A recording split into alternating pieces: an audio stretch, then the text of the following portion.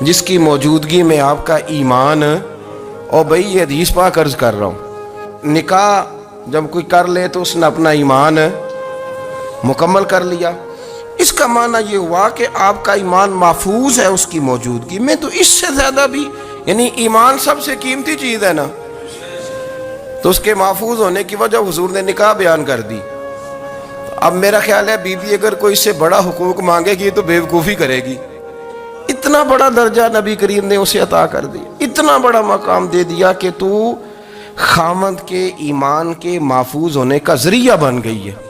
عورت کو جو حقوق رسول کریم صلی اللہ تعالی علیہ وسلم نے عطا فرمائے، نبی پاک نے جو حقوق دیے، دیکھیں نا، حضرت عبداللہ ابن عمر رضی اللہ تعالیٰ عنہ کی اہلیہ بیمار تھی، تو جلدی جلدی سے وہ آئے، تو جب بہت جلدی ہو، سفر بڑا شدید تھا، تو آپ نے جلدی سے نماز ادا کی، جلدی سے چلے۔ آپ کے خادم کہنے لگے حضور خیریت ہے؟ فرمایا میری بیوی بیمار ہے۔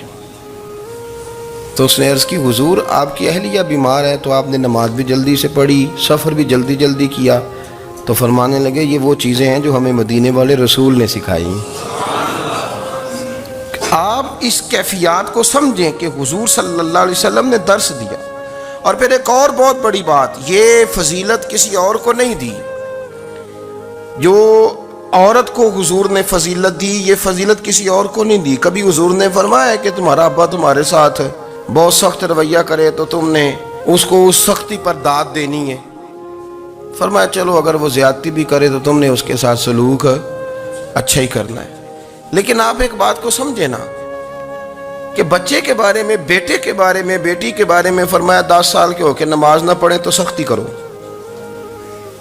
تمہارا ڈنڈا بھی لٹکنا چاہیے۔ بہت ساری جگہوں پہ بہت سارے لوگوں کے لیے سختی کا حکم دیا، لیکن عورت کے لیے حضور نے جو جملے کہے، اصل میں ہم سمجھتے ہیں کہ یہ ایک بات ہے، مشہور ہو گئی ہے روایت حدیث، تو بس اس کے پس منظر پر اور جملوں کے حسن پر شاید معاذ اللہ غور کرنے کی ضرورت نہیں۔ ذرا اس لفظ کی تاثیر پر غور کریں۔ حضور نے فرمایا عورت ٹیڑھی پسلی سے پیدا کی گئی ہے، یہ ٹیڑھی ہے، اس کو سیدھا کرنے کی کوشش کرو گے تو ٹوٹ جائے گی۔ تو حضور پھر ہمارے لیے حکم کیا ہے؟ فرمایا جیسی ہے تم اسی کے ساتھ نبھا کرو۔ آپ سمجھیں کہ اتنا محفوظ حضور نے درجہ دے دیا بی بی کو، اتنا محفوظ کہ فرمایا غلطی بھی ہو تو میرے غلاموں تم اس کے ساتھ نبھا کرو، گزارا کر لو۔ کو کیا اور حق چاہیے عورت کو، جس کو اس کی غلطیوں سمیت نبی پاک نے قبول کرنے کا حکم دے دی کہ اس کی کمزوریوں سمیت قبول کر لو۔ اب اس کو اور کیا کوئی کمزوریوں سمیت قبول کرتا ہے؟ کبھی آپ دکان پہ بیٹھے ہو تو آپ کہیں بھی اس میں یہ بھی غلطی، میرے مال میں یہ بھی کمزوری ہے، یہ بھی کمزوری ہے، یہ بھی کمزوری ہے، تو کر لے قبول؟ کرتا ہے کوئی شخص ایسا ہو جو کسی چیز کی کمزوریاں بیان کر کے کہ اسے قبول کرو؟ پر رسول کریم صلی اللہ تعالی علیہ وسلم نے نا ہمیں سبق دیا، حضور نے ہمیں درس دیا، نبی پاک نے ہمیں پیغام دیا۔ فرمایا یہ ٹیڑھی ہے، سیدھی کرنے کی کوشش کرو گے تو بیچاری ٹوٹ جائے گی، تو اس کے ساتھ نبھا کر جاؤ۔ آپ میری بات کو سمجھیے گا۔ چلیں میں اس پر ایک اور بخاری مسلم کی حدیث پڑھتا ہوں۔ حضرت سلمان فارسی رضی اللہ تعالیٰ عنہ اور حضرت ابو درداء کے درمیان بھائی چارہ تھا۔ مکے سے مدینے جب لوگ آئے تو حضور نے بھائی بھائی بنایا تھا، ان کے درمیان بھائی چارہ تھا، تو ابھی پردے کی آیات نازل نہیں ہوئی تھیں، تو لوگ ایک دوسرے کی طرف جاتے تھے۔ حضرت سلمان فارسی رضی اللہ تعالیٰ عنہ حضرت ابو درداء رضی اللہ تعالیٰ عنہ کے گھر میں تشریف لے گئے تو دیکھا کہ ان کی بیوی بڑی غمگین بیٹھی ہیں۔ تو ہم نے فرمایا بہن کیا ہوا؟ تو کہنے لگی تمہارے بھائی کو دلچسپی کوئی نہیں رہی، ہر روز روزہ رکھ لیتا ہے اور ساری رات نفل پڑھتا ہے۔ حضرت سلمان فارسی کہنے لگے ٹھیک ہے کر لیتے ہیں بندوبست۔ نماز دین ہے کہ نہیں؟ دین ہے نا یہ چیزیں۔ لیکن حضرت سلمان فارسی جناب ابو درداء سے کہنے لگے آج میں نے تیرے گھر میں رہنا رات کو، کیونکہ وہ تو ساری رات نماز پڑھتے تھے، نفل پڑھتے تھے۔ انہوں نے کہا ٹھیک ہے، ایک بستر لا کے بچھا دیا حضرت سلمان فارسی کے لیے۔ سلمان فارسی فرمانے لگے دوسرا بھی لا۔ کہا وہ کیا کرنا ہے؟ فرمانے لگے تو نے بھی سونا ہے، میں نے بھی سونا ہے، تو نے بھی سونا ہے، عشاء پڑھیں گے اور پھر دونوں سوئیں گے۔ کہا میں نے تو نماز پڑھنی ہے۔ فرمایا تہجد کے وقت اٹھ کے پڑھیں گے، اللہ کے رسول بھی رات آخری حصے میں جا کے نماز پڑھتے ہیں۔ ادھر ساتھ سلا لیا، وہ تھوڑی کو دیر سوئے، اب عادت تھی ساری رات اٹھنے کی، ذرا اٹھنے لگے بستر سے، تو حضرت سلمان فارسی فرمایا چپ کر کے سو جا، وہ بڑی رات پڑی ہوئی، چپ کر کے سو جا۔ وہ لیٹ گئے، پھر اٹھنے لگے تو فرمایا سو جا چپ کر کے، بڑا ٹائم ہے۔ سحری کے وقت اٹھے، نفل پڑھے، ان کا ارادہ تھا روزہ رکھنے کا، تو فرمانے لگے کل رکھا تھا نا نفلی روزہ، جی رکھا تھا، پرسوں بھی رکھا تھا، ترسوں بھی رکھا تھا، فرمایا آج نہیں رکھنا، آج میں تیرا مہمان ہوں، سارا دن کٹھے مل کے روٹیاں کھائیں گے، آج نہیں روزہ رکھنا، سلا دیا۔ اب حضرت ابو درداء رضی اللہ تعالیٰ عنہ کہہ تو کچھ نہ سکے، پر کہنے لگے سلمان تم پتہ ہے تم کیا کر رہے ہو، نہ تم نے مجھے رات اٹھ کے زیادہ نفل پڑھنے دیے، سویرے روزہ نہیں رکھنے دیا۔ تو حضرت سلمان فارسی کہنے لگے کوئی لمبی بات تو نہیں نا، چلتے ہیں نا ابھی فجر میں مسجد نبی میں، تو نبی پاک کو بتاتے ہیں، سرکار دو عالم علیہ السلام کی خدمت میں تو اپنی بات کرنا، میں اپنی کروں گا، حضور نتیجے کا اعلان فرما دیں کہ بات طے ہو جائے گی۔ حاضر خدمت ہوئے، عرض کی یا رسول اللہ صلی اللہ تعالیٰ علیہ وسلم یہ ساری رات نفل پڑھتے ہیں، ہر روز روزہ رکھتے ہیں، ان کی اہلیہ غمگین بیٹھی ہیں، حکم فرمائیں۔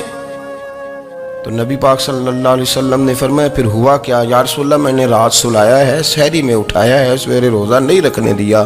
نبی پاک نے فرمایا سلمان فارسی نے ٹھیک کیا، سلمان فارسی نے ٹھیک کیا۔ پھر حضور نے فرمایا، نبی کریم نے فرمایا ابو درداء تیرے اوپر اگر اللہ کا حق ہے، اس کے رسول کا حق ہے، دین کا حق ہے، تو فرمایا تیری آنکھ کا بھی تیرے اوپر حق ہے، تیرے وجود کا بھی تیرے اوپر حق ہے۔ یہ حضور نے فرمایا تیرے بچوں کا بھی تیرے اوپر حق ہے، تیری بیوی کا بھی تیرے اوپر حق۔ اس حق کو بھی سمجھے، حقوق اللہ بھی ہیں، پر تیری آنکھ کا بھی تیرے اوپر، کیا مانا کہ تیری آنکھ سونا چاہتی ہے تو اسے سلا بھی، تیرے وجود کا بھی تیرے اوپر حق ہے، تو تیرا وجود آرام کرنا چاہتا ہے تو اسے آرام بھی کرا۔ اور پھر وہاں نبی پاک صلی اللہ علیہ وسلم نے فرمایا میں تم سب، سننا یہ لفظ حدیث کے، حضور نے اسی موقع پر فرمایا میں تم سب سے زیادہ اپنے رب کو جانتا ہوں اور میں تم سب سے بڑھ کر اپنے رب سے ڈرتا ہوں۔ حضور فرمانے لگے میں روزہ بھی رکھتا ہوں، افطار بھی کرتا ہوں، یعنی کبھی رکھتا ہوں اور کبھی نہیں رکھتا۔ فرمایا میں نفل بھی پڑھتا ہوں اور اپنی بیویوں کو وقت بھی دیتا ہوں۔ سرکار مسجد میں بھی آتے تھے، نواسوں کے ساتھ کھیلا بھی کرتے، ان کے ساتھ پیار بھی کرتے۔ تو اتنے بڑے حقوق حضور نے بیان فرمائے عورتوں کے کہ تمہاری بیوی کا بھی تمہارے اوپر۔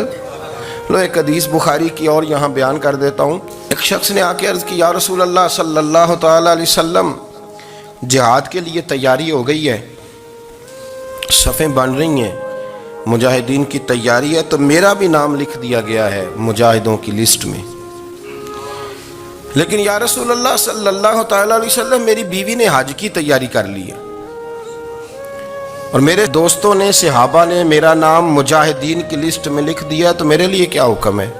یہ بخاری مسلم ہے۔ تو نبی پاک صلی اللہ تعالیٰ علیہ وسلم نے فرمایا جہاد پہ کوئی اور چلا جائے گا تو بیوی کے ساتھ حج کرنے جا، اسے محرم کی ضرورت ہے، وہ تیرے بغیر کیسے جائے گی؟ مجاہدین کو تو اور مجاہد مل جائے گا، پر تو اپنی بیوی کے ساتھ جانا۔ نبی پاک صلی اللہ علیہ وسلم نے مرد کو محافظ بنایا ہے، عورت کو مرد کا قیدی نہیں بنایا، بلکہ عورت کو حفاظت عطا کی اور مرد کو اس کا محافظ بنایا۔ اب بچیاں آزاد ہونا چاہتی ہیں، اور آزادی بھی وہ والی کہ جو بنیادی طور پر آزادی نہیں، فحاشی ہے۔ میں نے بہت پہلے کہا ہے کہ اسلام بیٹیوں کو قیمتی سمجھتا ہے۔ جس بندے کے پاس 20 تولے سونا ہو وہ چوک میں لے کے نہیں آتا، وہ قیمتی چیز ہے، اس نے چھپا کے رکھی ہوتی ہے۔ تو جو نبی پاک صلی اللہ علیہ وسلم کا کلمہ پڑھنے والے بیویاں، اسلام انہیں قیمتی سمجھتا ہے، کہتا ہے کہ تم قیمتی ہو لہذا گھر کے اندر رہو، تم باہر نہ ہو۔ لیکن عورتیں ہیں کہ ان کو بلا وجہ لوگ خراب کر دیتے ہیں اور بلا وجہ وہ اس مغالطے کا شکار ہو جاتی ہیں۔ اب آگے بڑھتے ہیں۔ قرآن مجید نے سورہ نور کی آیت نمبر 30 میں کہا کہ کل للمؤمنین یغضوا من ابصارہم، فرمایا کہ اے محبوب علیہ السلام مومن مردوں سے کہہ دو کہ اپنی نظریں جھکا کے رکھیں، اپنی نظریں۔ اور اگلی آیت میں فرمایا وَقُلْ لِلْمُؤْمِنَاتِ یغضضن من ابصارہن، فرمایا کہ اے محبوب مومن عورتوں سے بھی کہہ دو کہ اپنی نظریں جھکا۔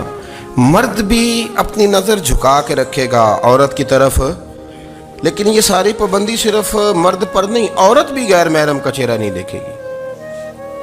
اس پر بھی اسی طرح نظر جھکانے کا حکم ہے جس طرح کہ وہ ہر دکاندار کو بھائی جان کہہ کے گفتگو کرنے کی اس کو بھی اجازت نہیں ہے کہ وہ سمجھے کہ وہ بندی تو مرد نے کرنی تھی، میں نے تھوڑی کرنی تھی۔ وہ جس کے پاس جائے، جہاں بھی جائے، ڈاکٹر کے پاس جائے، باہر جائے، تو وہ جس طرح مرضی اس کا دل چاہے وہ بات چیت کرے، اس کی عورت کو بھی اجازت اسلام نہیں دیتا۔ بنیادی طور پہ اسلام شرم و حیا کا دین ہے، حیا کی بات کرتا ہے۔ حیا کی جب ہم تعریف کرتے ہیں تو حیا کی تعریف یہ ہے کہ کوئی کبھی چیز دیکھ کے نہ تو آپ کی طبیعت میں کراہت محسوس ہو، آپ کوئی غلط جملہ منہ سے نکالتے ہوئے ذرا جھجکیں، آپ کوئی غلط بات کرتے ہوئے تھوڑا بوجھ محسوس کریں۔ ہمارے ہاں تیزی سے فروغ پایا ہے بے حیائی نے۔ سنگیوں کی محفلیں، یاروں کی محفلیں، اس میں غلیظ گفتگو ہوتی ہے، الا ماشاء اللہ۔ جن دوستوں کو بڑی پاک صاف گفتگو کرنی چاہیے، دوستی کا رشتہ بڑا مقدس رشتہ ہے، جو یہاں ایک دوسرے سے پیار کریں گے جنت میں بھی اکٹھے داخل کیے جائیں گے۔ شرط یہ ہے کہ پیار اللہ رسول کی رضا کے لیے ہو، لیکن اس کے اندر اگر آپ کی گفتگو کچی ہو، کمزور ہو، فحاشی والی ہو، عریانی والی ہو، وہ ہمارے ہاں تو اب اس کو لوگ فیشن سمجھتے ہیں، اس کو مردانگی کی علامت سمجھتے ہیں کہ وہ جی ساری باتیں جی وہاں ہو گئیں اور جس کا جو جی چاہا اس نے کہا۔ آپ جب حیا کے دائرے میں ہوتے ہیں تو آپ خود بھی سکون محسوس کرتے ہیں۔ دیکھیں نا، آپ کو نیند سکون سے کہاں آتی ہے؟ جہاں کمرہ بند ہو، چاروں جانب دیوار ہے، اوپر چھت ہے، خالی دروازہ بھی کھلا ہوا ہو نا، تو جب بندہ سکون لینا چاہتا ہے تو کہتا ہے یار ذرا دروازہ ذرا بند کر دو۔ وہ اچھی طرح اپنے آپ کو چھپا لیتا ہے نا حیا کے پردے میں، تو اللہ اسے سکون عطا کرتا ہے۔ اور جو اس سے بھی زیادہ ٹھنڈی نیند میں جانا چاہتا ہے وہ کہتا ہے لائٹ بھی بند کر دو۔ اب وہ مکمل طور پہ سمجھتا ہے کہ میں چاروں جانب سے چھپ گیا ہوں، اگر میں کھل کے بھی سو جاؤں گا تو میرا چونکہ پردہ قائم ہے تو مجھے کوئی دشواری نہیں ہوگی۔ آپ جب چھپ جاتے ہیں، جب آپ حیا کے اندر سمٹ جاتے ہیں، جب آپ چادر کے اندر آ جاتے ہیں تو آپ بہت ساری جگہوں پہ آسانی محسوس کرتے ہیں۔ تو حیا تو آپ کو سکون دیتی ہے، حیا تو دل کو راحت دیتی ہے۔ میں بڑی ذمہ داری سے بات عرض کرتا ہوں، قرآن مجید نے نا ایک مقام پہ مذاق کو، ایک مزاح ہوتا ہے خوش طبی، وہ نہیں، مذاق اڑانا، قرآن پاک نے نا مذاق کو ایک جگہ پہ جاہلوں کا طریقہ بھی قرار دیا ہے۔ بنی اسرائیل کے لوگوں سے حضرت موسیٰ نے کہا کہ گائے ذبح کرو اور ایک ٹکڑا مقتول کو مارو، زندہ ہو کے خود بتا دے گا مجھے کس بندے نے قتل کیا۔ تو کہنے لگے آپ ہمارے ساتھ مذاق کر رہے ہیں۔ تو قرآن مجید کہتا ہے کہ حضرت سیدنا موسیٰ علیہ السلام فرمانے لگے اعوذ باللہ ان اکون من الجاہلین، فرمانے لگے میں اللہ کی پناہ مانگتا ہوں کہ میں جاہلوں میں سے ہو جاؤں۔ یہ مذاق کرنا تو جاہلوں کا طریقہ ہے۔ اگر آپ کی زبان سے بے حیائی کا جملہ نکل گیا، اگر آپ کی زبان سے بے حیائی کا جملہ نکل گیا، آپ نے کہہ دیا کہ ہم آزاد لوگ ہیں، جو مرضی کریں گے، جو مرضی کہیں گے، جو ہمارا دل میں آئے گا کریں گے، تو پھر تو لوگ آپ کا وہ حشر کریں گے کہ آپ سے برداشت ہی نہیں ہوگا۔ جس کا لوگ مذاق بنا لیتے ہیں اور جو مذاق بن جاتا ہے پھر اسے کوئی جینے دیتا ہے۔ آپ حیا کی چادر میں چھپیں گے تو بچیں گے۔ اگر آپ نے اپنا مذاق بنوا لیا یہ کہہ کے کہ میں نے مرضی کرنی ہے، پھر یاد رکھنا چھپنے کو جگہ نہیں ملے گی، پھر تکلیف میں آ جائیں گے، پھر بہت بڑی اذیت کا شکار ہو جائیں۔ شرم و حیا، عرب کے اندر جو کنواری لڑکیاں تھیں ان میں بڑی حیا ہوتی تھی۔ الحمدللہ میں بڑے فخر سے کہتا ہوں کہ میرے پنجاب کی، میرے پاکستان کی بیٹیاں بھی 20 دفعہ ان کا ابا کہے تیری شادی کرنی ہے تو وہ آنکھ نہیں اٹھا پاتی آج بھی۔ یہ تو وہ چند لوگ ہیں جو کہتے ہیں ہم ہائی کلاس ہو گئے، ہمیں نہیں پتا کہ وہ روشن خیال ہو گئے ہیں کہ روغن خیال ہو گئے، پتہ نہیں کدھر چلے گئے۔ ورنہ ہماری بیٹیاں آج بھی جب ان سے ان کا باپ، ان کی ماں بات کرتی ہے تیری شادی کی، تو وہ تو شرم کے ساتھ پچھلے سے پچھلے کمرے میں چھپتی ہیں۔ یہ اللہ نے فضل کیا ہوا ہے اس ملت پر۔ تو عرب کی لڑکی بڑی حیا والی ہوتی تھی، اس سے کوئی بات کرنی پڑتی تھی تو 20 دفعہ بات کی جاتی، پھر بھی وہ عورت چھپتی پھرتی تھی۔ حضرت عائشہ صدیقہ رضی اللہ تعالیٰ عنہ فرمانے لگیں میرے نبی پاک صلی اللہ علیہ وسلم عرب کی کنواری لڑکیوں سے بھی زیادہ حیا کرنے والے۔ قاضی اعجاز مالکی نے، شیخ عبدالحق محدث دہلوی نے، دیگر بزرگ جو سیرت نگار گزرے، انہوں نے لکھا ہے کہ نبی پاک صلی اللہ علیہ وسلم کے اندر 100 مردوں سے زیادہ طاقت تھی، 100 مردوں سے زیادہ طاقت۔ اب جو بات کہنے لگا ہوں، جو نتیجہ دینے لگا ہوں، اس پر خاص توجہ آپ فرمائیں گے۔ ذرا فکری طور پر، نظریاتی طور پر ایک چیز کو سمجھیے۔ ہم سمجھتے ہیں کہ جوان لڑکا ہے جی، جو مرضی کرے، عمر ہے جی۔ آپ ذرا بات پر غور کیجئے گا کہ حضور صلی اللہ علیہ وسلم میں طاقت 100 مردوں سے زیادہ ہے، اور حیا کواری لڑکیوں سے بھی زیادہ ہے۔ ذرا اس بات کا تقابلی جائزہ کیجئے گا کہ طاقت 100 مرد سے زیادہ ہے، لیکن حیا کواری لڑکی سے بھی زیادہ ہے۔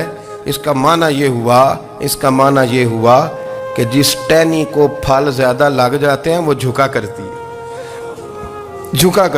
تو حیا تو حسن ہے، حیا تو آپ کو پاک صاف کرے گا، حیا تو آپ کو نرالا کرے گا، انوکھا کرے گا۔ رسول کریم صلی اللہ علیہ وسلم عرب کی کواری لڑکیوں سے زیادہ حیا والے تھے، کواری لڑکیوں سے زیادہ حضور حیا فرمایا کرتے تھے۔